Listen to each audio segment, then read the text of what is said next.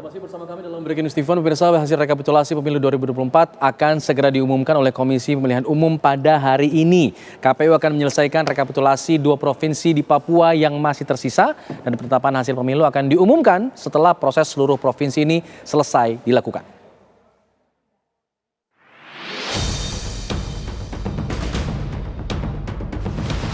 Komisi Pemilihan Umum KPU RI hari ini akan menyelesaikan rekapitulasi di 2 provinsi Papua yang sebelumnya sempat tertunda.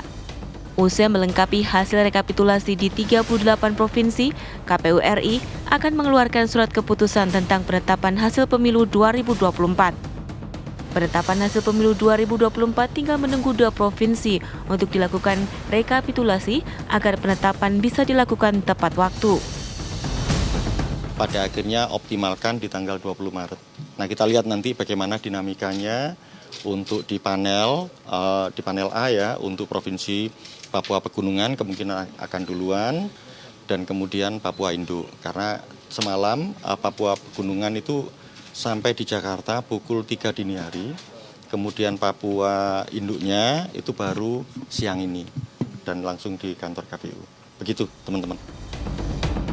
Sesuai Undang-Undang Nomor 7 Tahun 2017 tentang ketentuan batas waktu penetapan hasil pemilu, KPU wajib menetapkan hasil pemilu secara nasional maksimal 35 hari setelah pemungutan suara. Dalam konteks pemilu 2024, batas waktu 35 hari jatuh pada hari ini, Rabu 20 Maret 2024. Dari Jakarta, tim TV One mengabarkan.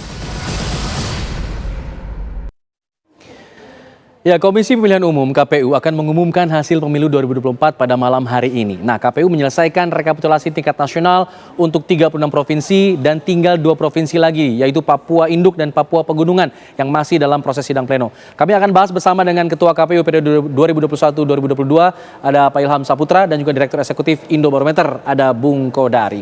Selamat sore, Bapak-Bapak. Selamat sore. Bung Kodari bergabung lagi, ada pergantian pemain. Ya. Pak Ilham tadi juga sebenarnya sudah ya? Sudah.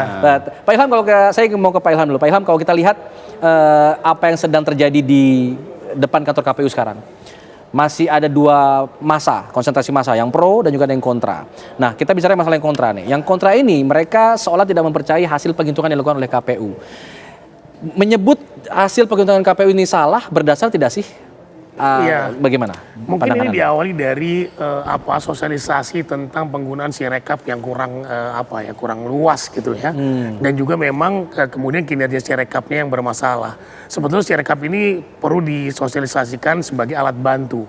Tapi alat bantu itu juga termasuk untuk menginformasikan kepada masyarakat bahwa ini loh day by day hasil dari pemilu 2024. Nah, in the middle proses itu kemudian ada persoalan terhadap Sirekap. Nah, ini yang kemudian dicurigai oleh masyarakat adanya sebagian masyarakat tentu saja adanya semacam konspirasi kecurangan gitu ya. Apalagi kemudian di masa ketika rekap di kecamatan di awal-awal itu juga sempat dihentikan kan untuk memperbaiki Sirekap. Hemat saya ketika itu harusnya tidak dilakukan. Oh, jadi itu keputusan yang salah menghentikan. Buat saya itu keputusan yang salah. Harusnya kemudian Sirekap itu diupdate dengan hasil dari rekap manual yang dilakukan di kecamatan. Rekap manual di kecamatan sudah diterima hasilnya, upload langsung diupload formulir D-nya di website KPU atau di Sirekap. Nah, itu jadi kemudian kan bisa berubah dengan sendirinya gitu loh. Nah, ini yang terjadi. Jadi saya kira bahwa kemudian masyarakat harus paham betul bahwa Sirekap ini memang adalah sebagai alat bantu agar masyarakat tahu day by day dan kesalahan-kesalahan apa saja yang terjadi dan kesalahan petugas KPPS dalam menulis C1 atau C hasil dan berbagai soal lainnya. Nah, tetapi kemudian tentu secara sebagai sebuah negara demokrasi tentu kita tidak bisa melarang orang untuk melakukan unjuk rasa, melakukan demonstrasi yang kemudian menolak hasil pemilu. Dan saya kira itu sah-sah saja. Tetapi sekali lagi secara undang-undang itu ada kanalnya. Ya, bahwa partai politik atau caleg-caleg atau capres yang gagal itu setelah nanti KPU menetapkan hari ini itu bisa melakukan permohonan perselisihan hasil pemilihan umum kepada Mahkamah Konstitusi 3 kali 24 jam. 3 hari doang? Iya, 3 hari doang. Undang-undangnya mengatakan bahwa 3 kali 24 jam, berarti hari kalender. Oke. 2024 ini undang-undangnya sama yang Sama, 2019. sama undang-undang Iya, Jadi 7 tepat 2017. ngobrol dengan Pak Ilham ini tepat. Cocok, Karena ya. aturan mainnya masih sama. Betul. Baik, baik. Ya, jadi seperti itu. Jadi ada kanalnya. Nah, silakan saja disiapkan segala bukti-buktinya Oke. untuk kemudian mengajukan permohonan ke Mahkamah Nah, Konstitusi. ini menarik, 3 hari untuk menyiapkan bukti-bukti yang harus menggugurkan kemenangan di hampir seluruh provinsi kecuali 2 provinsi. Cukup tidak 3 hari ini, Bang Kodari? Ya tentu nanti kita harus lihat bukti ya. Kalau dikatakan nggak cukup ya kita terlalu mendahului Oke. begitu. Tetapi buat saya yang penting sebetulnya mengenai hitungan tadi pertanyaannya Alfat tadi apakah ini bisa nggak ditolak gitu. Hitungan itu kan pertama patokan kita KPU. Betul. Nah KPU pun yang dijadikan dasar adalah hitung manual. Ya. Nah hitung manual sampai dengan pada hari ini sudah 37 nih, karena Papua Pegunungan juga udah keluar sebetulnya. Lalu beberapa hari ini kan kita sudah lihat hasil-hasil terutama dari provinsi-provinsi besar. Ya. Yang bisa mempengaruhi hasil akhir itu kan provinsi besar, karena jumlah suaranya sangat besar. Jawa Barat kemarin 35 juta, hari ini Papua Pegunungan mungkin 1 juta juga nggak sampai kali gitu. Jadi tidak akan terlalu mengubah konstelasi iya, tidak akan ya? terlalu mengubah. Nah dari hasil-hasil yang ada kita bisa melihat bahwa hasil-hasil itu ya kurang lebih sama dengan hasil-hasil quick count. Jadi kita kalau balik lagi tanggal 14 Februari kita lihat hasil quick count, ya berarti nanti hasil hitung manual akan kurang lebih sama. Nah kemudian yang kedua, kita punya juga hitungan dari masyarakat sipil yang namanya kawal pemilu. Oke. Nah kawal pemilu itu terakhir berhenti di angka 82%. Berhenti karena apa? Karena ini kan voluntary ya. Oke. Jadi masyarakat itu diundang untuk mengirimkan formulir C1 ya untuk difoto, mereka mungkin mereka punya timeline untuk bekerja sampai dengan akhir mereka bisa mengumpulkan 82%. Itu independen ya? Independen. Semacam kayak crowdsourcing lah istilahnya kira-kira begitu ya. Inisiatif masyarakat sipil nih. Kalau ada patokan yang mau dibandingkan, Itu. ya harus kegiatan semacam masyarakat sipil ini membuat sistem sendiri model Sirekap gitu ya, Sirekap partikelir gitu, lalu diundang masyarakat untuk mengirim datanya, lalu terjadi rekapitulasi gitu.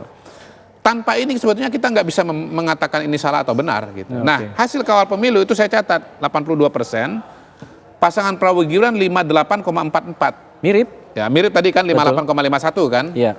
36 provinsi kan, kemudian Anies Muhaimin 25,5, mirip juga dengan tadi 25,07.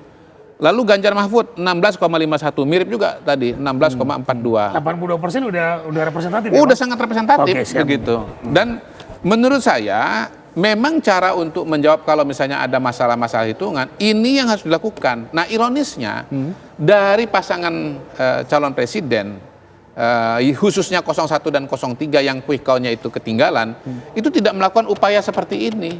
Entah alasan apa, entah nggak mampu, entah nggak terpikir atau alasan yang lain. Harusnya melakukan? Harus melakukan dong. Tiap provinsi begitu? Iya semua, total. Pokoknya 823 ribu TPS di seluruh Indonesia itu harus dikejar. Seperti misalnya kawal pemilu melakukan ikhtiar itu. Soal nanti kemudian hitungan dari 01 misalnya berhenti atau cuma sanggup mengumpulkan 85%, misalnya 95%. Tapi kalau kita mau mengatakan hitungan Anda salah, maka Anda harus datang dengan hitungan pembanding, kan begitu kan? Harus datang hitungan pembanding. Kalau Anda nggak datang dengan hitungan pembanding, Anda tidak bisa mengatakan apa yang dilakukan oleh KPU itu salah, begitu. Baik, saya terakhir mungkin ke Pak Ilham. Pak Ilham, kalau kita lihat yang sempat viral itu kan ada tadi disebutkan penghitungan manual yang kemudian jadi patokan. Nah, bagaimana kemudian KPU menjelaskan penghitungan manual ini bisa dipercaya dengan benar ketika pada saat di Sirekap itu ada perbandingan data di Sirekap dan juga di hasil C Pleno ini berbeda begitu. Itu kan tidak belum terjawab dengan secara gamblang begitu mungkin. Ya sebenarnya harus yang jawab KPU yang sedang bertugas harusnya nih ya. Tapi oke lah. Ya jadi memang sebetulnya sekali lagi bahwa Sirekap ini hanya sebagai alat bantu. Tetapi kemudian KPU seolah-olah merasa bahwa Sirekap ini bisa bisa terupdate dengan baik sampai hari terakhir gitu ya. Tapi kenyataannya ternyata tidak. Nah, tetapi memang di undang-undang disebutkan tidak ada kemudian hasil akhir itu menggunakan sirekap. Ya. Hasil akhir tetap menggunakan rekapitulasi manual berjenjang dari TPS ke kecamatan, kecamatan kabupaten, kabupaten ke provinsi, provinsi ke tingkat nasional. Oke. Nah, itu yang sebetulnya bisa dipercaya. Kemudian kan juga ada record ya. Record itu dalam bentuk apa? Record itu dalam bentuk formulir.